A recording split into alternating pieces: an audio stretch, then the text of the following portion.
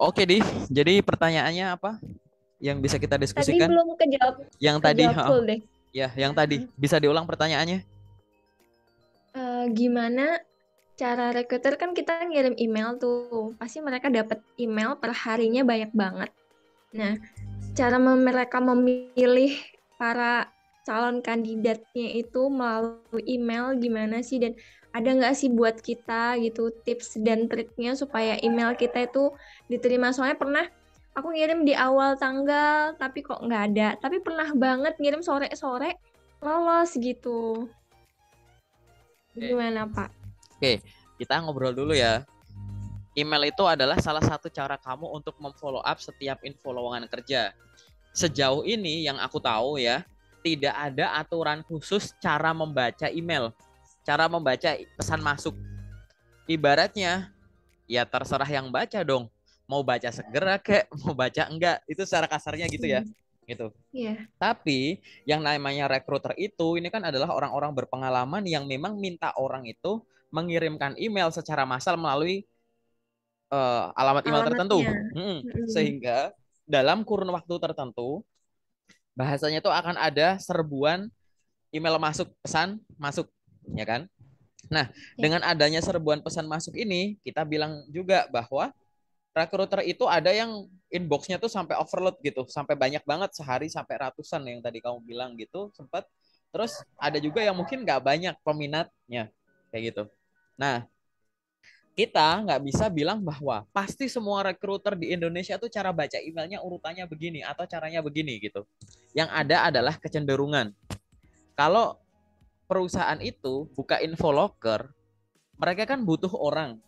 Kira-kira kalau orang butuh itu butuh yang segera atau butuh yang entar-entar aja?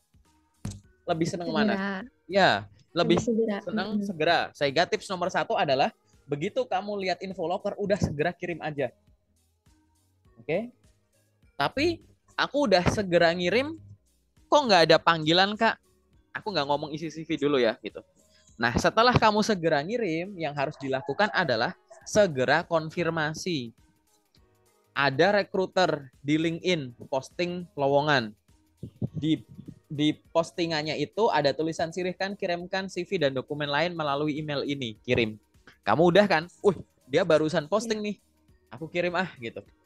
Setelah kirim, yang kamu lakukan apa? Chat beliaunya gitu. Entah di kolom komentarnya, entah lewat DM-nya. Kalau bisa lewat DM dulu, DM LinkedIn kalau bisa. Baru kalau nggak bisa, mungkin kamu ngirim koneksi, sambil ngirim koneksi kamu boleh meninggalkan di kolom komentar. Tulisannya apa? Misalkan, selamat pagi Ibu, saya berminat, atau misalkan perkenalan dulu aja. Selamat pagi Ibu, perkenalkan saya Diah, saya berminat untuk bergabung di PT ini sebagai ini berdasarkan info locker yang Ibu posting. Gitu. Baru saja saya mengirimkan lamaran kerja ke alamat email ini. Semoga dapat diterima dengan baik ya. Apabila Ibu membutuhkan informasi tambahan terkait kualifikasi saya, dipersilahkan untuk mengunjungi akun LinkedIn saya atau menghubungi Oke. saya melalui email ini gitu. Banyak Oke, orang deal.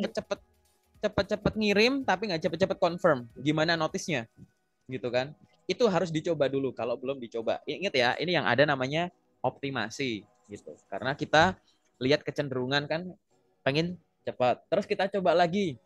Beliau pengen apa sih? Beliau pengen cari kandidat yang sesuai kualifikasi. Nah, bantu mereka untuk menemukan kualifikasi itu di mana? Ya di email kamu itu.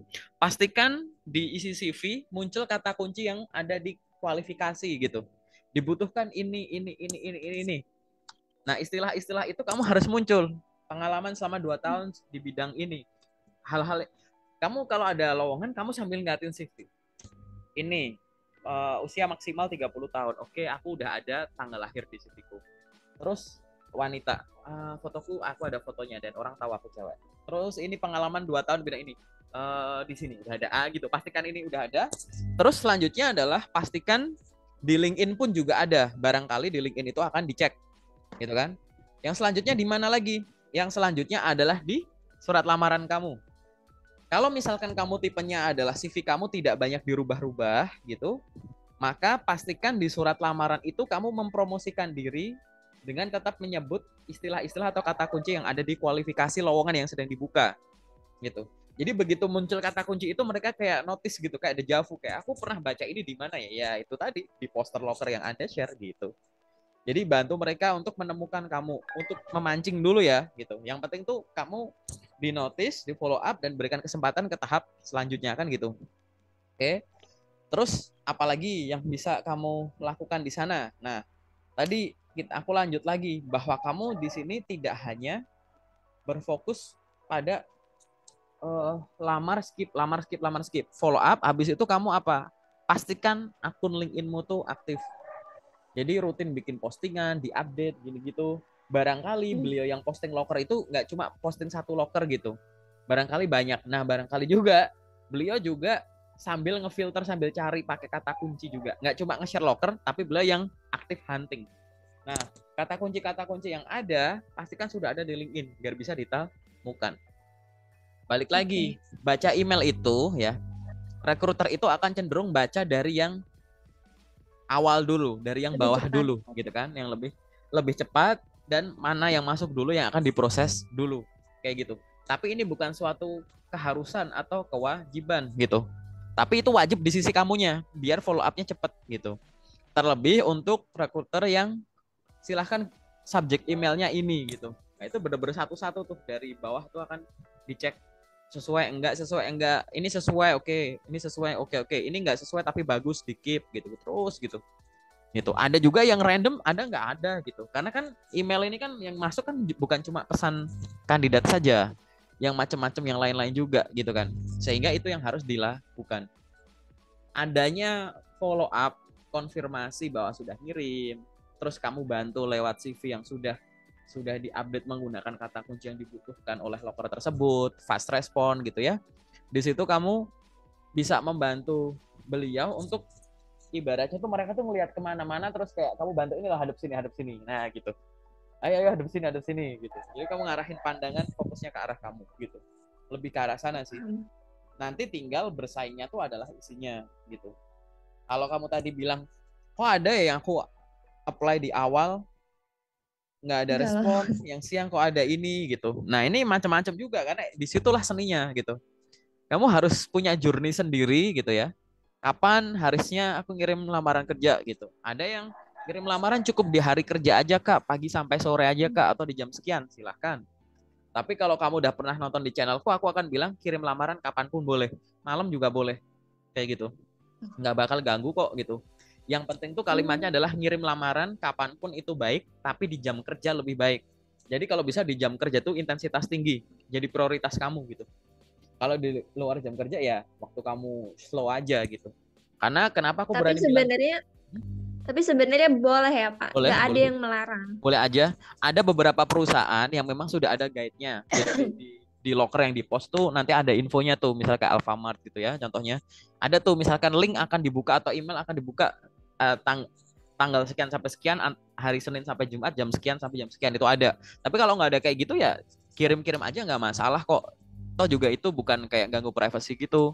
Kan akan dibuka pada saat mereka beliau-beliaunya itu memang lagi buka gitu. Nggak ada jaminannya kalau ngirim lamaran di jam-jam itu tidak akan diterima. Banyak teman-teman kita, rekan-rekan buruh yang mereka tuh bisa ngirim lamaran cuma after office gitu. Habis pulang baru bisa ngirim lamaran gitu. Sambil habis beres-beres belum tidur, mereka sambil ngirim lamaran. Atau weekend sambil ngabisin waktu sama keluarga gitu. Alasannya ya simple. Aku nggak mau resign sebelum dapat kerja lagi. Tapi statusku masih kerja. Aku nggak bisa ngirim lamaran di jam kerja gitu karena nggak profesional. Oh oke. Tapi tetap bisa aja tuh dapat kerja gitu kan. Sehingga ini kan malah langsung membuktikan bahwa ngirim lamaran di luar jam itu nggak masalah. Cuman tadi kalau kamu sebagai orang yang banyak waktu kosongnya, prioritaskan dari pagi sampai sore kayak gitu. Oke, cukup jelas ya semoga ya. Ngerti. Apalagi pertanyaan yang general lagi gitu. Harus banyak Tadi ini. belum kejawab. Tadi belum jawab Pak. Yang ini apa? Kan aku di luar domisili dari lowongan kerjanya, ya, sorry. kan. Apakah kadang mikir gini, apakah mereka memang cari yang kota-kota terdekat gitu kan? Atau boleh nggak? Atau apa perlu aku nih cantumin di CV atau di surat lamaran kerja ini bersedia untuk moving gitu Pak? Oke. Aku jawabnya mundur dulu ya. Kalau misalkan di Boleh. surat lamaran kerjanya kamu sampaikan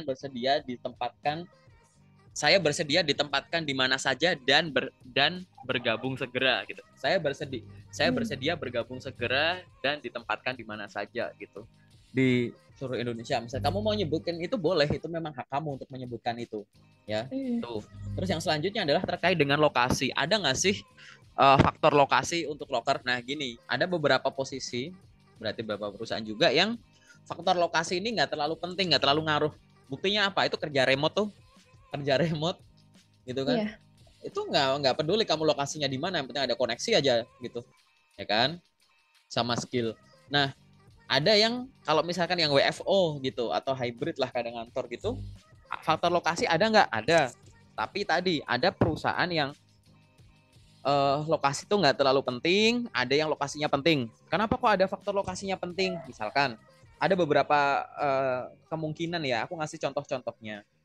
Misalkan gini, kamu kerja sebagai seorang sales, misalkan jualan hijab gitu. Nah, aku ada 2 kandidat nih, bagus. Nanti dua kandidat bagus. Penempatannya nanti di mana, misal Surabaya gitu. Yang satu orang Surabaya, yang satu kamu orang Lampung gitu. Sama-sama bagus gitu.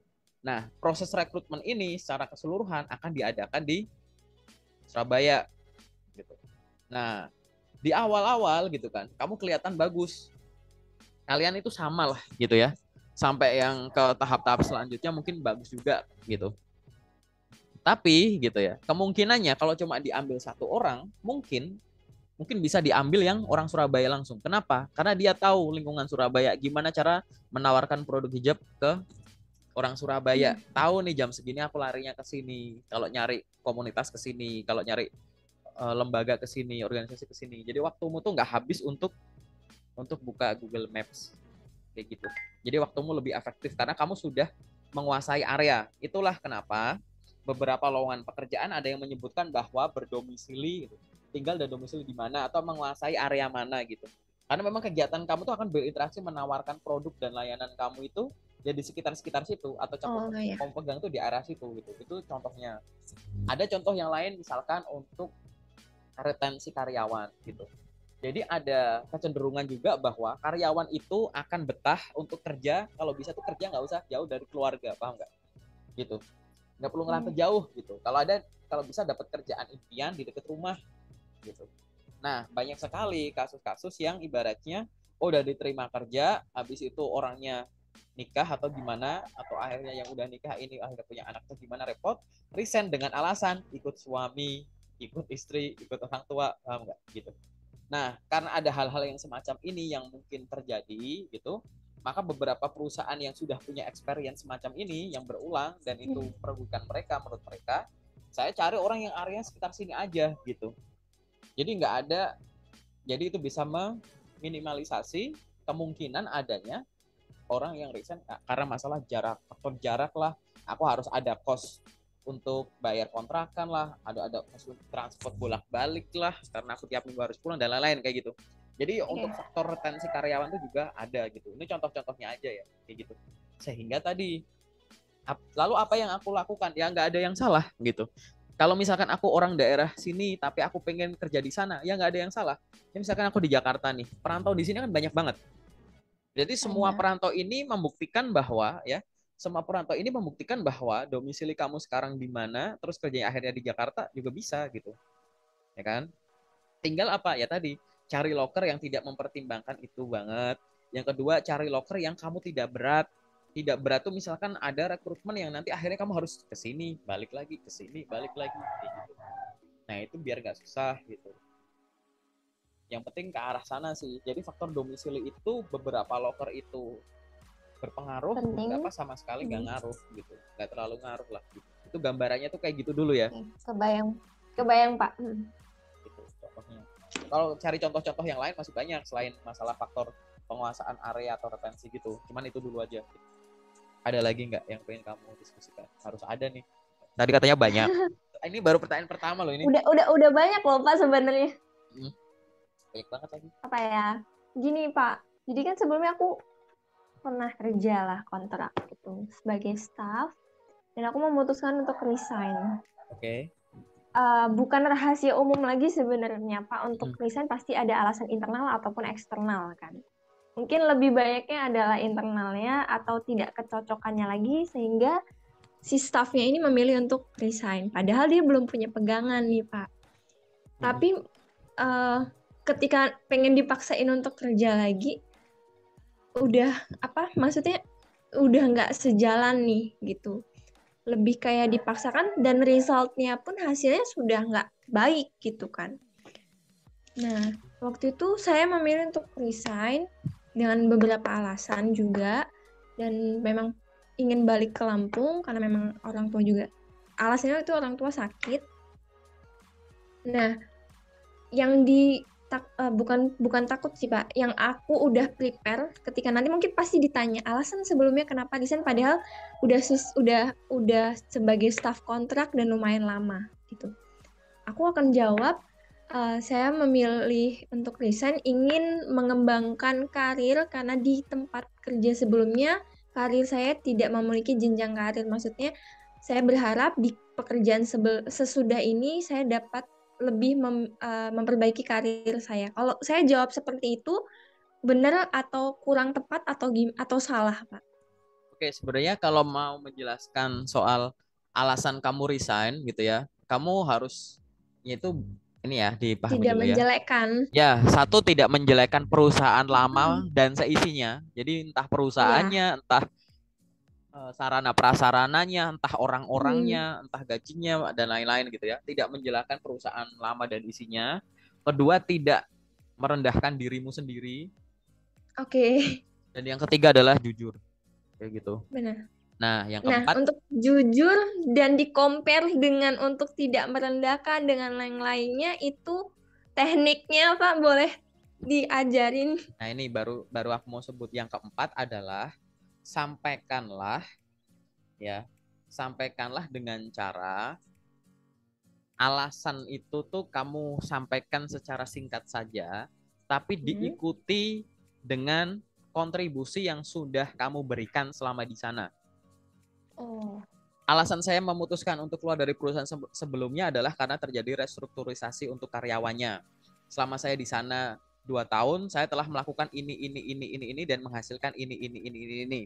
Karena saya memang mencintai di bidang ini, saya mencari kesempatan untuk dapat kontribusi lebih, terlebih di mana perusahaan itu memberikan kesempatan dengan kemungkinan jenjang karir yang baik. Karena saya ingin ya memberikan kontribusi tidak hanya menjadi staf saja. Saya ingin dalam waktu dekat saya ingin menjadi seorang pimpinan perusahaan atau saya memiliki kesempatan untuk menjadi seorang leader gitu. Intinya bahasanya kayak gitu. Jadi sampaikan alasannya tuh singkat aja di depan kayak gitu. oke. Terus diikuti Dan dengan tidak memunculkan kontribusi. pertanyaan selanjutnya ya, Pak ya? Ya gini, kamu tidak perlu memunculkan pertanyaan selanjutnya kalau rekruternya merasa ini Udah harus sih. ada pertanyaan ya pasti ditanyain gitu. Jadi beliau itu tanya bukan karena kepancing sama yang kamu omong, tapi kayak masih cukup nggak sih gitu. Ini basicnya tuh gini dulu, di interview itu HR atau user itu ada tiga hal yang mereka lakukan sebenarnya. Pertama itu mendapatkan atau memperoleh, yaitu memperoleh informasi yang belum mereka dapatkan dari CV atau dari psikotes misalkan gitu. Makanya ada Hmm. interview. Nomor satu memperoleh. Yang nomor dua adalah melengkapi, yaitu melengkapi informasi yang mereka sudah punya dari interview, dari psikotes, dari CV, dari poin sosmed gitu ya. Jadi mereka akan tahu lebih dalam. Yang nomor tiga adalah mengoreksi. Barangkali apa hal dari hasil tes, dari mereka membaca CV, cara mereka menilai kamu sampai sedetik itu ternyata ada yang salah, kita konfirmasi langsung secara lisan. Oh ternyata dia anaknya nggak gini kok. Oh ternyata nggak cuma gini ya dia, ya ternyata dia tuh begini. Ini salah nih gitu. Jadi fungsinya tuh adalah memperoleh hal baru, melengkapi hal yang sudah ada dan mengoreksi yang tidak sesuai. Intinya interview itu nanti, Hmm. gitu kan. Nah tadi pada saat kamu ditanya terkait dengan alasan keluar, pasti di dalamnya juga ada unsur-unsur itu. Mereka pengen tahu nih alasan kamu keluarnya apa. Walaupun mungkin kadang kalau proses rekrutmen itu kan suka ada dikasih form lagi terus kayak kamu nyalin CV ulang gitu. Aku nggak tahu kamu pernah ngalamin itu belum, nyalin CV ulang atau apa di situ. kadang disuruh nulis alasan resignnya apa, kan macam-macam. Ada yang misalkan ngomong ada alasan resignnya tuh ada yang akhir kontrak, ada yang bilangnya tuh di situ adalah alasan berhentinya tuh resign tulisannya gitu. Jadi alasan berhenti gitu. Alasan berhentinya karena jadi alasan berhenti resign tulisannya gitu. Terus ada yang alasnya pandemik gitu. Ada yang pandemik, ada yang alasan berhentinya itu melanjutkan studi dan macam-macam kayak gitu. Nah, itu silahkan kamu sampaikan di awal saja gitu ya. Tapi diikuti dengan kontribusi yang sudah kamu berikan ke sana gitu. Kenapa Oke, alasan paham. kamu resign? Ya, kamu sampaikan saja gitu. Saya gitu. Kamu fokus saja kayak gitu. Saya mencari pekerjaan dengan kesempatan untuk menjadi leader, atau saya mencari pekerjaan, alasan kamu resign apa gitu. Karena pada saat itu saya sampaikan aja nggak apa-apa kayak yang tadi kamu bilang gitu. Pada saat itu memang belum ada kesempatan untuk adanya kenaikan atau apa, misalkan ada jenjang karir di perusahaan saya gitu. Karena saya bekerja di bidang ini di sana gitu ya, kesempatan untuk ada jenjang karir itu harus saya tunggu dulu selama 5 tahun misalkan kayak gitu. Gitu. Atau adanya jenjang gitu, sampaikan saja misalkan di perusahaan sebelumnya sudah ada jenjang karir gitu ya, sesuai dengan passion dan apa misalkan bidang yang saya sukai, namun dikarenakan ada pandemi misalkan gitu ya, nah sistem jenjang karirnya ini tuh jadi kurang jelas gitu, sehingga saya belum dapat mengukur kapan saya diberikan kesempatan tersebut gitu.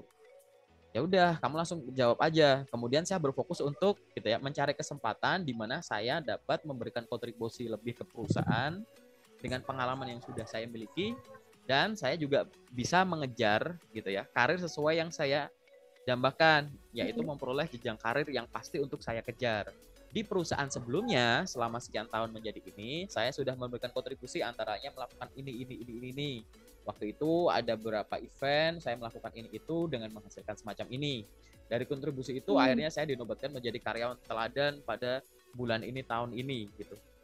Udah sampaikan aja gitu. Jadi bahasanya tuh kayak begitu. Karena kita balik lagi ya, ada yang memang benar-benar nggak ada jenjang, bisa kamu sampaikan. Ada yang ada jenjang, tapi memang ada penyesuaian gitu, karena kan baru pasca COVID nih. Jadi ibaratnya di awal tuh kamu melihat ada kejelasan, tapi di tengah akhirnya jadi nggak jelas gitu. Karena tadi perusahaan butuh restrukturisasi lah gitu ya. Ada perubahan kebijakan manajemen untuk penyesuaian pemberian itu ya, pemberian hak jenjang karir semacam itu, sehingga waktu tunggunya jadi lama atau ada ketidakpastian gitu. Sehingga kamu memutuskan untuk melakukan itu. Ada yang memang end of contract, end of contractnya itu, terus mungkin ada yang lain-lain gitu. Ingat ya 4 poin tadi ya. Nomor 1 tadi adalah sampaikan secara jujur. Yang nomor 2 adalah jangan menjelekkan perusahaan dan isinya. Yang nomor 3 itu adalah jangan merendahkan diri sendiri. Nomor 4 adalah sampaikan alasannya singkat saja dan diikuti dengan kontribusi yang sudah kamu berikan ke perusahaan itu. Kalau mau sekalian ya sekalian skill apa yang akhirnya kamu dapat dengan bekerja di sana gitu. Cara jawabnya kayak gitu. Nanti silahkan dilatih dulu cara jawabnya biar kamu ngomongnya lebih pelan. Gak kayak aku begini, ini kan cepet nih gitu. Biar kamu ngomongnya lebih pelan dan tertata sehingga 1-1,5 menit itu bisa untuk kamu maksimalkan menjawab pertanyaan ini gitu. Oke. Paham, Pak. Ya, gitu. Oke, apalagi? Apa ya? Kalau dari Bapak nih mungkin ada pertanyaan ke dia biar nggak saya dulu terus yang nanya. Luar biasa loh gitu. Ya ampun guys, aku ditantang guys. Oke, aku tanya ya. Kamu sejauh ini nyari kerjaan itu sesuai jurusanmu nggak? Cuma sesuai bidangmu atau bidang lain? Nah, ini memunculkan pertanyaan lagi Pak untuk dia. Lagi Mas. Selama ini harus dipancing sebenarnya gitu dulu ya. merasa gimana? Selama ini sebenarnya merasa salah jurusan. Tapi kan nggak boleh gitu ya, harus bersyukur dan memang tetap banyak yang didapat dari pendidikan sebelumnya. Kebanyakan pekerjaan yang sekarang yang saya lamar itu berbeda dengan S1 saya gitu.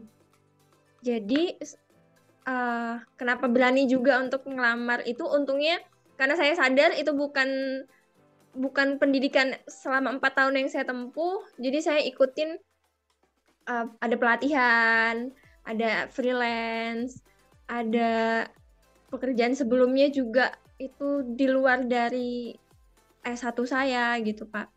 Jadi saya merasa cobain aja deh gitu kan. Siapa tahu itu memang skill saya dan saya bisa berkembang di situ gitu kan. Dan menurut saya juga mungkin kayaknya walaupun kita kuliah selama 4 tahun itu bukan menentukan akhir job karir kita itu bakal lulus. Jadi selama ini ya saya cobain Pak, sebenarnya saya cobain lebih banyak yang nggak sesuai dengan basic pendidikan saya gitu. Lebihnya juga karena memang basic saya kan kehutanan Pak. Oke, terus? Basicnya kehutanan. Basicnya kehutanan. Lebih banyak pekerjaan yang di lapangan, lebih banyak pekerjaan yang jauh gitu. Sedangkan saya pengennya pekerjaan yang tidak terlalu jauh, dalam arti di Jabodetabek gitu. Jadi mau tidak mau ya memang harus terima kan apa yang memang harus saya hadepin gitu Pak. Jadi memang itu saya lebih banyak melamar yang tidak sesuai dengan jurusan saya. Oke. Nah, Terus? pertanyaannya eh kan kadang kandidat tuh mencari pekerjaan yang lulusan D3A, D3B, S1 ini gitu. Nah, kadang gini, cocok nggak ya saya melamar gitu kan? Harus yang gimana ya? Kadang kalau udah baca kayaknya nggak sesuai nih untuk job deskripsinya yang saya nggak cobain itu. Tapi kadang teman bilang cobain aja gitu kan, kita nggak tahu gitu kan. Iya tapi kan kualifikasinya nggak masuk gitu Pak. Nah itu kita harusnya baiknya tetap coba kah atau ya kita biarin gitu Pak. Udah gitu Pak. Oh, oke. Jadi gini ya, nggak ada suaraku semoga nggak putus-putus ya. Ini kayaknya lagi. Kalau saya putus-putus Pak. Nggak. Semoga aku nggak putus-putus ya di situ ya. Nggak kok, lancar. Jadi mau karir kamu itu sesuai jurusan atau enggak itu nggak ada masalah. Ngirim lamaran sesuai jurusan atau enggak juga nggak masalah. Yang penting ya, kamu harus mencocokkan antara yang kamu pengen dengan yang perusahaan pengen. Aku pengen profesi A, B, C, D, E. Ini terserah mau sesuai jurusan atau enggak ya gitu. Aku pengen profesi A, B, C, D, E. Setelah itu kamu coba dilihat lagi. Dari A, B, C, D, E ini, mana yang kamu sudah bisa dan kuasai. Oke. Cek lagi, mana yang kamu bisa tapi belum lancar. Habis itu cek lagi, mana yang perusahaan itu butuh tapi aku sama sekali belum bisa gitu. Nah, gitu. Jadi sambil nanti ngelamar-ngelamar, sambil nanti kamu pengembangan diri. Waktumu 24 jam, kamu pakai untuk lamar kerja. Jadi gini, 24 jam ini dikurangi waktu tidur, waktu bantu orang tua, waktu olahraga, waktu ibadah, makan, main gitu ya. Dah dibersih-bersihkan dulu, nanti kamu akan ada porsi untuk melakukan hal-hal yang produktif. Nah, dari porsi tersebut, kamu nanti tentukan sebagian untuk melamar kerja, sebagian untuk pengembangan diri. Jadi ngelamar kerja sambil belajar itu harus dilakukan tiap hari. Jangan sampai kamu ngelamar kerjanya tiap hari, belajarnya nggak tiap hari. Pengembangan diri apa? Ya pengembangan diri misalkan kalau mau memutuskan pengen cari kerja di luar bidang, tapi kamu tadi belum punya kemampuannya atau kemampuannya udah ada tapi masih belum lancar gitu. Nah itu yang harus kamu lakukan. Oke. Kayak gitu aja sih sebenarnya. Jadi nggak masalah kalau kamu pengen ngelamar yang beda sama bidang kamu, tapi kamu di situ juga sembari apa ya, pengembangan diri itu nggak ada masalah di situ. Oke? Oke, paham. Apalagi mungkin jauh ini? Apa ya? Atau mungkin platform-platform pencari kerja itu aja. Platform LinkedIn sebenarnya baru aktif ini. Nah, untuk mulai posting tuh apa kayak aku lihat mereka banyak yang posting tuh kayak curhat gitu. Sebenarnya tempat LinkedIn itu yang diposting harus yang gimana gitu, Pak? Kayak oke, aku hari ini itu interview gitu. Kayak mereka kok kayak curhat gitu kan saya ngelihatnya gitu. Oke. itu pilihan masing-masing ya kalau mau curhat ya gitu. Selama Hmm. sama LinkedIn nggak diblokir kan berarti boleh-boleh saja dong. Iya. Tapi ya aku akan Hmm. sampaikan bahwa kamu berfokuslah kalau mau bikin postingan di LinkedIn itu, kamu pengen dikenal sebagai apa? Oke. Sebagai tukang curhat, sebagai tukang Oke. ngeluh, sebagai pengunjung banyak konten, tapi kamu nggak pernah post Hmm. gitu ya. Oke. Maksudku fungsimu kamu gini, kamu jangan sibuk untuk mengunjungi postingan orang mulu, tapi kamunya enggak gitu. Jadi malah kamu jadi Hmm. penonton terus, paham nggak? Paham. Nah, gitu. Jadi kamu nanti malah jadi penonton gitu.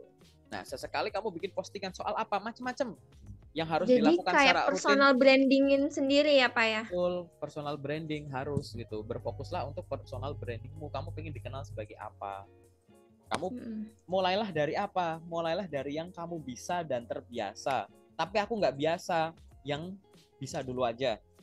Tapi Hmm. aku nggak lancar. Cari buku, baca 10 halaman, dari 10 halaman dapat info apa, share gitu. Itu yang aku pikirin Pak. Saya memang ada beberapa buku yang udah aku baca kayak lebih bagus share ini deh gitu. Ya udah Kayak share. bukunya ini belajar tentang leadership, tentang ini. Pantas nggak ya aku share gitu? Ya Lebih nggak kayak lebih apa-apa, lebih silahkan. bagus seperti ini gitu. Boleh, boleh soal bukunya, boleh soal isi bukunya. Nanti kamu apa misalkan rutin gitu ya, rutin. Hmm. Tapi tidak harus soal itu aja, tidak harus Ya, soal nggak monoton. itu monoton. Kadang kamu lagi hobi apa di post gitu, kadang apa di Oke. post gitu. Jadi jangan Siap. monoton gitu.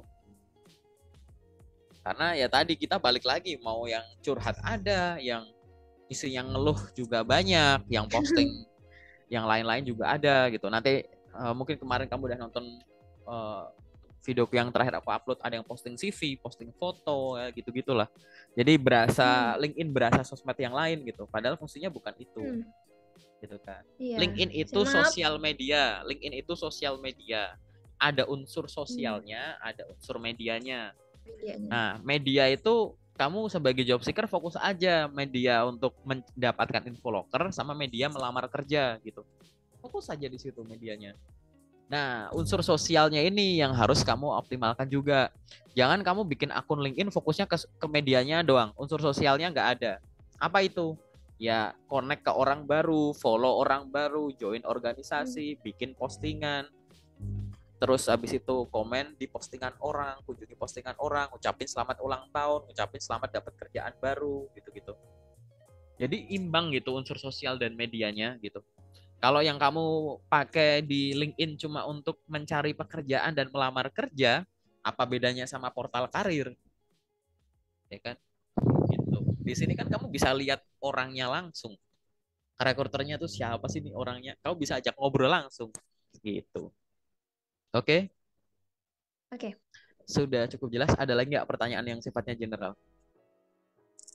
Belum. Nanti kalau Belum? ada Pak, boleh ditanya lagi Oke, belum? kita masuk ke sesi yang detail aja ya. Kalau belum ya dia. Iya.